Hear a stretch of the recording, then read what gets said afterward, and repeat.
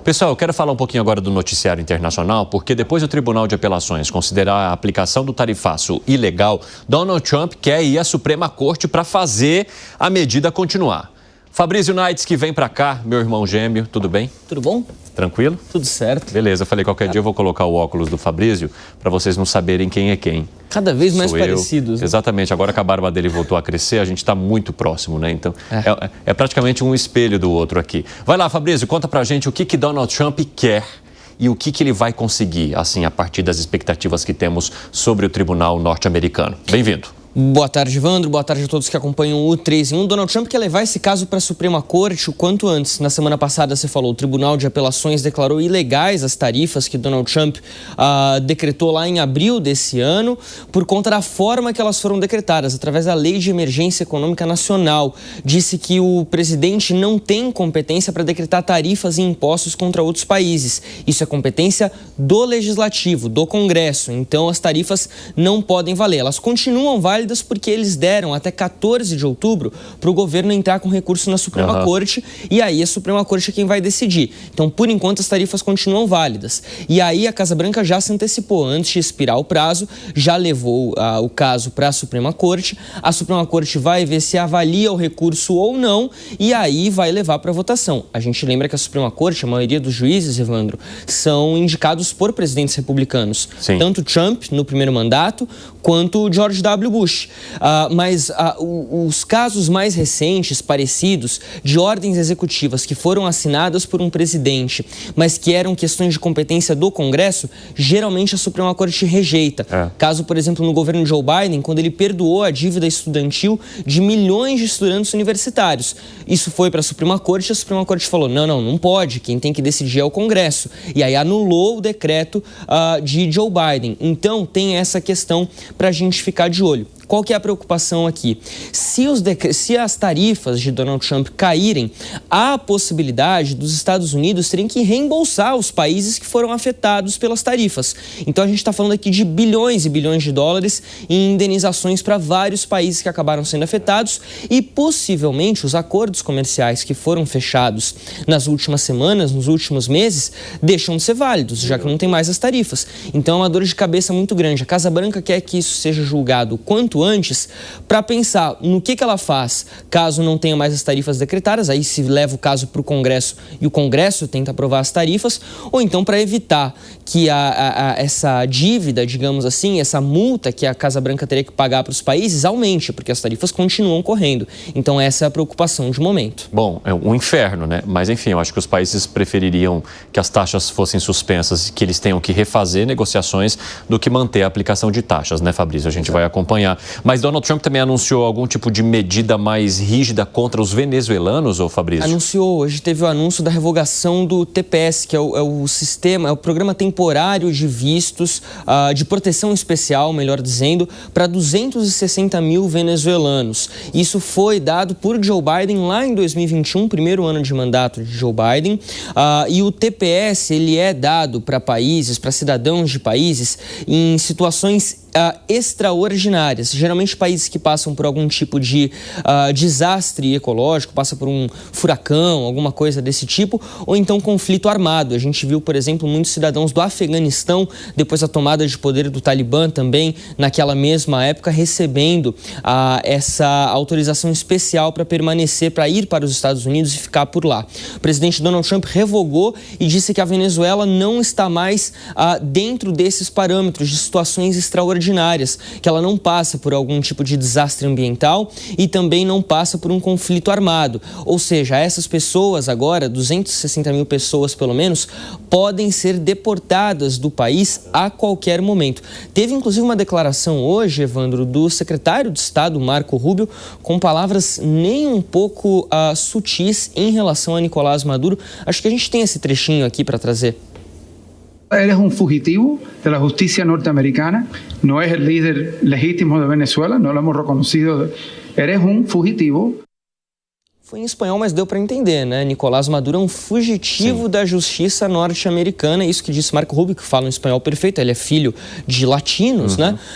E bom, veja bem, fugitivo é um pouco difícil, né? Ele está na Venezuela há muitos anos, todo mundo sabe. O problema é que os Estados Unidos não podem tirar ele de lá e prendê-lo. Aí é uma outra questão. Agora, que a situação diplomática que já era ruim tem ficado muito pior, isso é, sem sombra de dúvidas, inegável, né? Fabrício, muito obrigado por enquanto, meu amigo. Até a próxima. O espaço está sempre aberto para você. Até a próxima. Beleza. E eu quero falar sobre esse último assunto trazido pelo Fabrício aqui com vocês, porque o que a gente percebe de estratégia é a mesma de sempre. A população sofrendo para poder se punir a algum tipo de líder autoritário, que nesse caso agora é alvo dos Estados Unidos, Nicolás Maduro. Então você começa a arrancar tudo aquilo que você tinha de benefício ou de proteção na busca por uma sanção. Só que quem sai perdendo, né, Alan Gani, é sempre a população. Exatamente, né? Porque nesse caso, é claro que os Estados Unidos têm todo o direito, né, Obviamente, de conceder vistos, decidir quem entra e quem sai. Então, isso é um direito norte-americano. Agora, é claro que é muito ruim para essa população venezuelana que fugiu para os Estados Unidos, né, e com uma proteção legal, e terá que voltar para aquela ditadura sanguinária de Nicolás Maduro, ruim para o povo venezuelano. Ô Bruno Musa, você concorda com essa atitude tomada por Donald Trump em relação aos venezuelanos? Veja, é uma coisa bem difícil. Eu concordo com o que o Alan acabou de falar, mas, por outro lado, a gente tem que entender também que a situação econômica no mundo como um todo está passando por algo, digamos, eu diria previsível, até pela forma como eu vejo as economias. A Alemanha falando que precisa de reformas estruturais, a França à beira de pedir uma ajuda do FMI, a Espanha passando por dificuldades, a Europa extremamente endividada, o Brasil não precisa falar, os Estados Unidos a mesma coisa e o déficit continua crescendo, enfim. O mundo está realmente complicado e isso traz implicações. E nós estamos vendo que aquelas pessoas que vão para os outros países e trabalham ilegalmente, elas têm, obviamente, a sua importância. Muitos, inclusive, fazem trabalhos que americanos não querem fazer, por isso que eu falei que é muito complicada essa situação e eles estão fugindo de uma ditadura realmente absurda que existe na Venezuela, que eu testemunhei com meus próprios olhos 3 vezes. Então, é compreensível a situação. Realmente, quem perde são esses venezuelanos. Dá muita pena. Eu vivenciei isso na pele, já comentei aqui. É muito, muito triste que um ser humano, em nome do poder, ou alguns seres humanos, em nome do poder, são capazes de fazer com os seus pares, com outros seres humanos, sem se importar uma vírgula, em nome do poder, da centralização. Enfim, é simplesmente sanguinário por completo. Porém, um país que é mais livre, que fez sua lição de casa, ou que teve um outro destino, também não pode pagar, se ele julga isso, não pode pagar as consequências de outros países que se tornaram tiranos. Então, isso realmente é algo que é complicado, é sensível de comentar. A mesma coisa, se muitos desses venezuelanos estão lá e acabam ou cometendo crimes, ou trabalhando na ilegalidade, não contribuindo de alguma forma, é natural que aquele local que ele está tenha determinadas regras, e quem manda nas regras é realmente a população daquele país. Então eu acho sensível, eu tenho muita pena dos venezuelanos, me solidarizo demais com eles, mas eu também entendo o outro lado, por isso que eu comecei a minha frase falando. Essa parece que é uma situação em que eu compreendo os dois lados, viu, Evandro? E você, Piperno? Olha, eu acho que esse é um ato covarde de um governo que tem se caracterizado cada vez mais por isso. Porque vejam só, esses venezuelanos estão lá com esse status especial concedido pelo presidente Biden exatamente porque eles se enquadram num desses requisitos, ou seja, o de guerra civil. No caso deles, certamente, muitos deles pelo menos, perseguidos pelo Estado. E aí o que fez o presidente Biden? Aceitou e deu a eles um status especial.